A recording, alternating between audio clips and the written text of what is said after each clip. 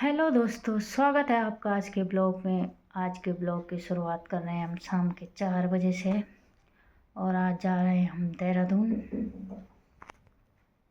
बहुत दिनों से दोस्तों मैंने ब्लॉग नहीं बनाया, तो आज बहुत दिनों बाद मैं ब्लॉग बना रही हूँ।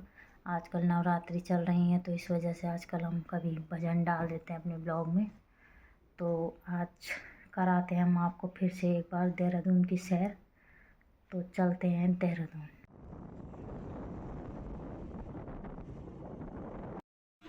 दोस्तों तो हम निकल पड़े थे देहरादून की ओर और रास्ते में जाते हुए हमें यहाँ पे बहुत सारे पेड़ दिख रहे थे। ये पूरा का पूरा जंगल है, जो कि पेड़ यहाँ पे बहुत सारे पेड़ पौधे हैं जो कि पूरे जंगल से घिरा हुआ है। और आप यकीन नहीं करोगे, यहाँ पे टेम्परेचर बाकी जगह के हिसाब से कंपैरिजन अगर हम करते हैं तो कम से कम 5 से 10 डिग्री सेल्सियस कम रहता है। ये देखिए, ये पेड़ों से चारों तरफ से घिरा हुआ है, तो यहाँ पे टेम्परेचर बहुत ही कम है। यहाँ पे इतनी गर्मी नहीं है जितनी बाकी जगह और जगह पे गर्मी है।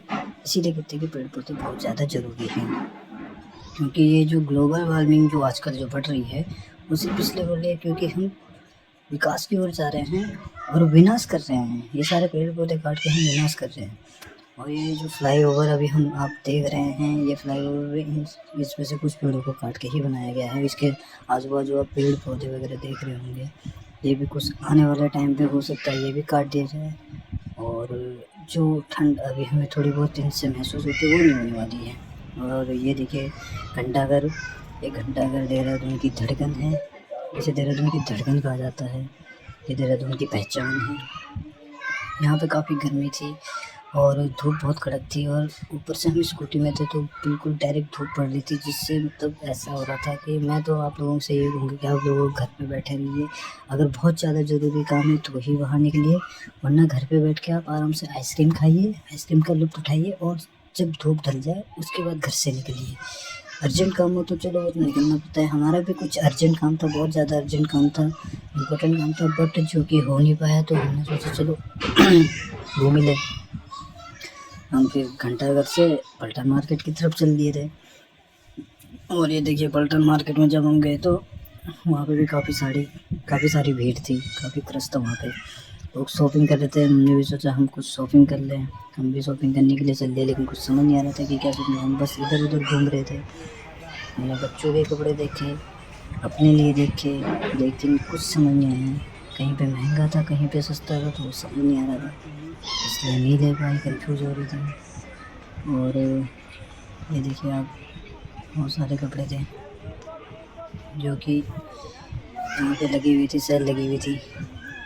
कुछ अच्छे थे, कुछ पसंद नहीं आए। फिर हम बस घूम रहे थे। हमने वहाँ पे आइसक्रीम भी खाई, लेकिन फिर वही घूमने लग गए। लेकिन समझ नहीं आया कि आखिर ले क्या ना लें।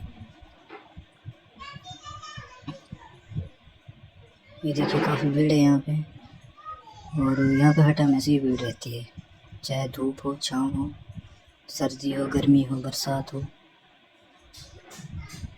मेन मार्केट है तो धूप भीड़ तो रहेगी, क्योंकि यहाँ पे सब कुछ सामान मिलता है। आपको A to Z सारा सामान यहाँ पे मिल जाएगा।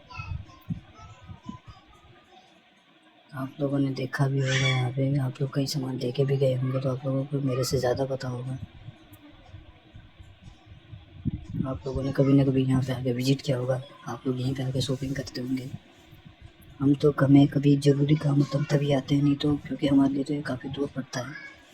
और ये देखिए, हमने यहाँ पे से टी शर्ट खरीदी, क्योंकि अब गर्मियों का टाइम है तो टी शर्ट ही पहनने का टाइम है, तो यहाँ पे से हमने टी शर्ट खरीदी जो कि काफ़ी यूनिक लग रही थी, अच्छी थी। हमें भूख लग गई थी तो हम आगे इन भैया की दुकान पे बैठ गए थे खाने के लिए। हमने ऑर्डर दिया गोलगप्पे और बन टिक्की का। खाने में तो स्वाद काफ़ी ठीक ठाक ही था, बस एक दिक्कत ये थी कि इनके पास पानी नहीं होता है, जो कि थोड़ा अनकम्फर्टेबल लगता है। फिर वहाँ से आने के बाद हम यहाँ पे देख रहे थे, निकलने की तैयारी में थे, क्योंकि टाइम भी ज़्यादा हो गया था, तो हमने सोचा चलो हम निकलने की तैयारी करते हैं। तो दोस्तों, अब हम जा रहे हैं अपने घर वापस।